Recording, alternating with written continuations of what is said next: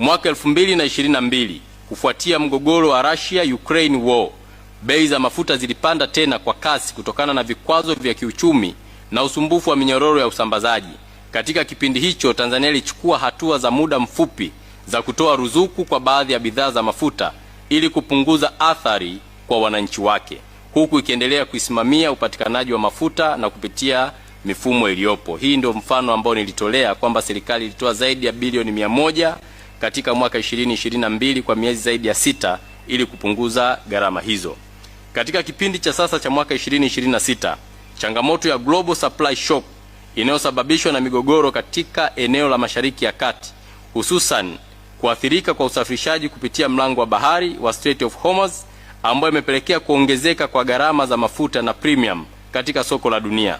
Katika kuhakikisha serikali imechukua hatua za kimkakati, ikiwemo kuipa TPDC jukumu la kuagiza mafuta moja kwa moja kwa kipindi maalum ili kuhakikisha uhakika wa upatikanaji wa mafuta pamoja na kudhibiti athari za kupanda kwa gharama za uagizaji. Hata hivyo, hatua hii pekee haitoshi.